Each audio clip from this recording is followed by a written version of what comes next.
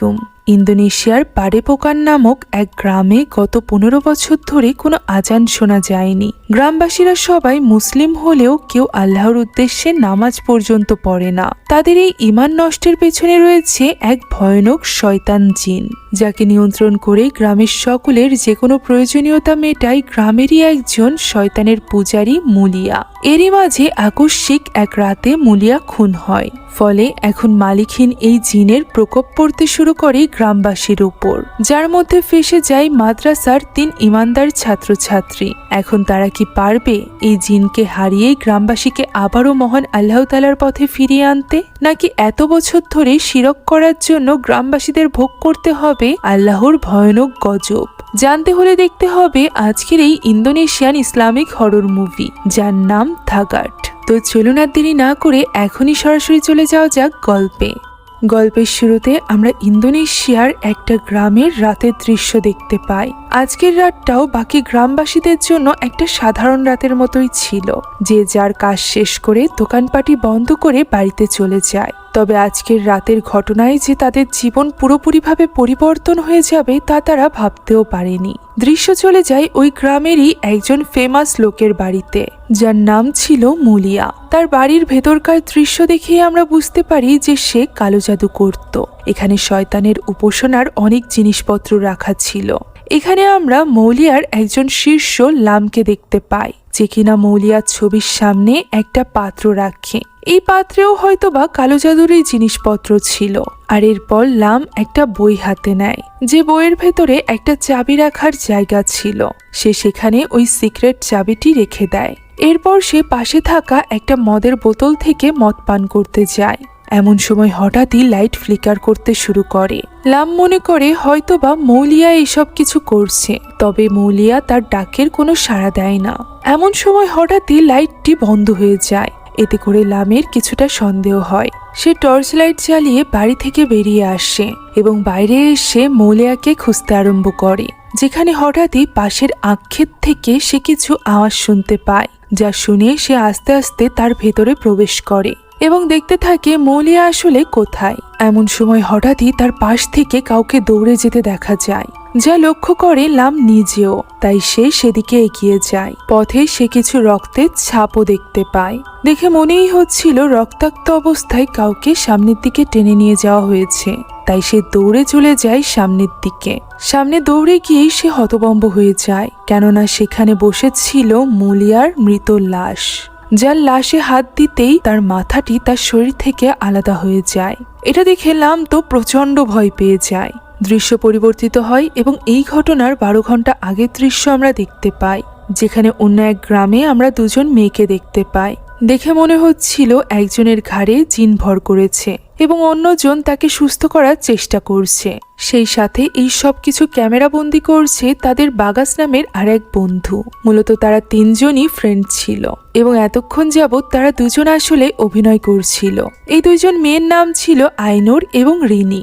আইনুরের স্বপ্ন ছিল যে সে মুলিয়ার মতো করেই মানুষের ভেতর থেকে জিন তাড়ানোর কাজ শিখবে এবং মানুষদেরকে সাহায্য করবে, যা শুনে বাগাস বলে যে সে যদি সত্যিই খারাপ জিনদেরকে দূরে রাখতে চায় তাহলে তার নামাজ পড়া উচিত, এইসবে সময় নষ্ট করা উচিত না, যে ব্যাপারটা খুব একটা ভালো লাগে না আইনুরের কাছে। এমন সময় তার কিছু একটা মনে পড়ে যায় এবং সে তাড়াহুড়া করে সেখান থেকে সাইকেল নিয়ে বেরিয়ে পড়ে। সে সরাসরি চলে আসে মাদ্রাসায়। মূলত আইনুর, রিনি এবং বাগাস এই মাদ্রাসায় পড়াশোনা করত।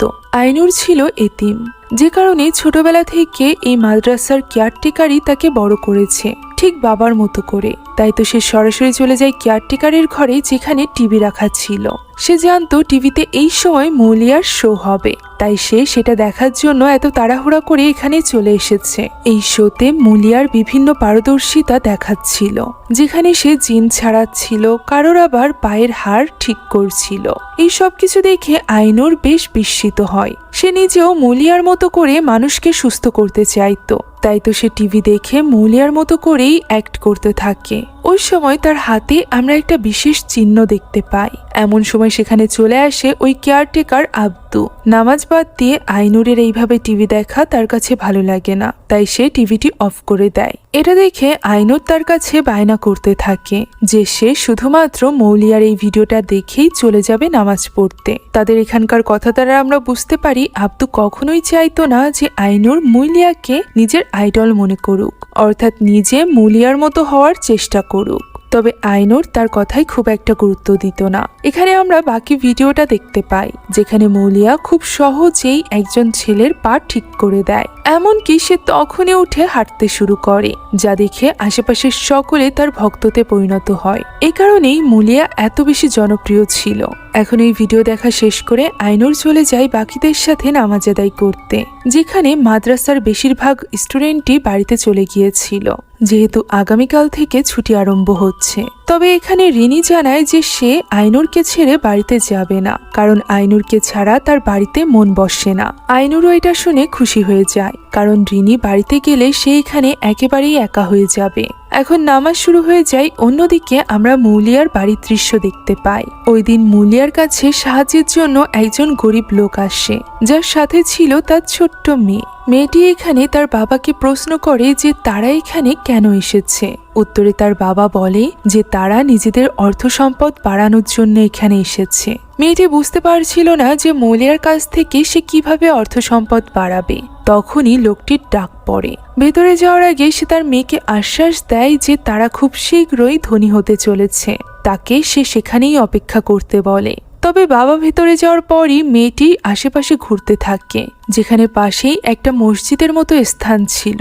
তবে দেখেই বোঝা যাচ্ছিল যে জায়গাটা পরিত্যক্ত। হতে পারে এখানে এখন আর কেউ নামাজ আদায় করে না। তবে ছোট্ট মেয়েটি এখানেই নামাজ আদায় করার সিদ্ধান্ত নেয়। তাই তো সে পাশের ট্যাপ থেকে উজু করছিল। এমন সময় তার সামনে থাকা আরেকটা পানির ট্যাপ আপনা আপনি চালু হয়ে যায়। মেয়েটি এটা দেখে ঘাবড়ে গেলেও সে খুব একটা গুরুত্ব দেয় না, বরং ওই পানির ট্যাপটা বন্ধ করে সে আবারও উজু করা শুরু করে। এমন সময় আমরা সেখানে ভয়ানক কিছুর একটার উপস্থিতি দেখতে পাই। এদিকে ভেতরে তার বাবা একটা বাক্সের ভেতরে টাকা রেখে মৌলিয়ার সামনে বসেছিল। মৌলিয়া এখানে লোকটির হাত ওই বক্সের উপরে রাখে, আর এরপর একটা ছুরি দিয়ে তন্ত্রমন্ত্র পড়ে তার হাতের উপর আঘাত করে। এর ফলে সে প্রচন্ড যন্ত্রণায় ছটফট করতে থাকে। মৌলিয়া এদিকে তার তন্ত্রমন্ত্র কন্টিনিউ করে যায়। সে ওই হাতের উপর কিছু পানি ঢেলে আবারও তন্ত্রমন্ত্র পড়তে থাকে। এর ফলে মুহূর্তের মধ্যেই লোকটির হাত একদমই ঠিক হয়ে যায়। তখন মৌলিয়া তাকে ওই বক্সটি খুলতে বলে। লোকটি বক্স খুলতেই হতবাক হয়ে যায়, কেননা ভেতরে যে সামান্য টাকা ছিল তা কয়েক গুণ বেড়ে গিয়েছিল। যা দেখে লোকটি খুশি তো হয়, তবে সে আরো বেশি টাকা চাইছিল। যার জন্য মৌলিয়া তাকে জিজ্ঞাসা করে সে কি তার কথা মতো বলি দেওয়ার জন্য তার মেয়েকে এনেছে, অর্থাৎ লোকটি এখানে তার মেয়েকে স্যাক্রিফাইস করতে এসেছিল। যে ব্যাপারে না জানা ছোট্ট মেয়েটি তো ওই মসজিদে তখন নামাজ আদায় করছিল। হঠাৎই তার পেছনে আমরা ওই শয়তান জিনকে দেখতে পাই, যে কিনা ভয়ানকভাবে তার কাছে এগিয়ে আসে। দৃশ্য পরিবর্তিত হয় এবং ওই রাতে আমরা আইনুর এবং রিনিকে দেখতে পাই, যারা কিনা মার্কেট থেকে মাদ্রাসায় ফিরে যাচ্ছিল। পথেই রিনির মনে পড়ে যে সে তার প্রয়োজনীয় একটা জিনিস নেয়নি, যেটা নেওয়ার জন্য সে দোকানে ছুটে যায় এবং আইনুরকে সেখানেই অপেক্ষা করতে বলে। আইনুর সেখানে দাঁড়িয়ে রিনির জন্য অপেক্ষা করছিল। এমন সময় হঠাৎই তাকে কেউ একজন ডাক দেয়। ঘুরে তাকাতেই সে দেখতে পায় তার সামনে দাঁড়িয়ে আছে মৌলিয়া, যার হাতে রয়েছে একটা ছুরি। সে ওই ছুরির সাথে আইনুরের দিকে এগিয়ে আসে এবং তাকে বলে আইনুর তার মতোই হয়ে যাবে, এ হেড ফর এ হেড। একথা বলেই সে নিজের মাথা কেটে ফেলে। এই দৃশ্য দেখে আইনুর প্রচন্ড রকমের ভয় পেয়ে যায়। তখনই সেখানে চলে আসে রিনি, যে কিনা আইনুরকে সামলে নেয়। তবে অবাক করা বিষয় হলো তাদের সামনে তো কেউই ছিল না। এই সব কিছু হয়তোবা আইনুরের কল্পনা। তবে এই ঘটনায় আইনুর ভীষণভাবে চিন্তিত হয়ে পড়েছিল, আর বাড়িতে ফিরতেই সে শকড হয়ে যায়, কেননা আব্দু কারোর সাথে ফোনে কথা বলছিল, যেখানে সে কারোর মৃত্যুর ব্যাপারে জানতে পেরেছিল। অন্যদিকে আইনুর দেখতে পাই টিভিতে মৌলিয়ার মৃত্যুর ব্যাপারে জানানো হচ্ছে, অর্থাৎ মৌলিয়া আজ রাতেই মারা গিয়েছে। আর তার মৃত্যুও হয়েছিল তার দেহ থেকে মাথা আলাদা হওয়ার মাধ্যমে, যেটা জানার পর আইনুর একেবারেই হতভম্ব হয়ে যায়। এর কিছু সময়ের পরে দৃশ্য আমরা দেখতে পাই, যেখানে আইনুর মাত্রই জানতে পেরেছিল যে মৌলিয়া মূলত আর কেউ নয়, বরং তার নিজের বাবা ছিল। আর এই ব্যাপারটা আব্দুই এতদিন তার কাছে লুকিয়ে এসেছে। সে তো জানতো ছোটবেলাতেই তার বাবা মারা গিয়েছে। আব্দু জানায় এটা সে করেছে তার মায়ের কথা মতো। আইনুরের মা তার মৃত্যুর কিছুদিন আগেই আইনুরকে এখানে নিয়ে এসেছিল এবং তার হাতে তুলে দিয়ে বলেছিল যে আইনুর যেন কোনোদিনও জানতে না পারে যে তার বাবাকে। আইনুর এই কথা শুনে কাঁদতে কাঁদতে বলে যে এর জন্য সে তার বাবাকে তার কাছ থেকে এতগুলো বছর ধরে লুকিয়ে রেখেছে। সে একজন এতিমের মতো করে এই মাদ্রাসায় বড় হয়েছে। শুধুমাত্র তাই নয়, তার বাবার ভিডিও সে যখনই দেখত তখনই আব্দু এসে বলতো তার বাবা মিথ্যাবাদী, মৌলিয়া নাকি ভণ্ড কবিরাজ। এখন তো আইনুরের কাছে মিথ্যাবাদী সেজে গিয়েছে আব্দু নিজে। একথা শুনে আব্দুর খুব খারাপ লাগে। সে বলে যে সে তাকে কখনোই কোনো কিছু থেকে বঞ্চিত করতে চায়নি। এমনকি আইনুরের মা আইনুরকে পালার জন্য যে টাকা আব্দুকে দিয়েছিল সেটা পর্যন্ত সে কোনো কাজে খরচ করেনি। সে সবকিছু রেখে দিয়েছে আইনুরের জন্য। একথা বলে আব্দু অনেক বেশি ইমোশনাল হয়ে পড়ে এবং নিজের ঘরে চলে যায়। আইনুর দেখতে পায় সেখানে তার মায়ের গয়না এবং টাকা রয়েছে, যেগুলো তার মা আব্দুর হাতে তুলে দিয়েছিল। এত বছর যাবৎ আব্দু এই সব কিছু যত্ন করে রেখেছিল।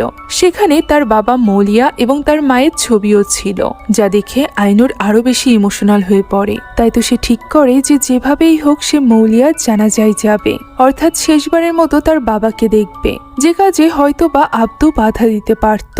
তাই তো সে আব্দুকে না জানিয়ে ওই রাতেই রিনিকে নিয়ে বেরিয়ে পড়ে মাদ্রাসা থেকে। তবে বের হওয়ার সময় বাগাস তাদেরকে দেখে ফেলে এবং তাদের সাথে নিজেও যাবে বলে ঠিক করে।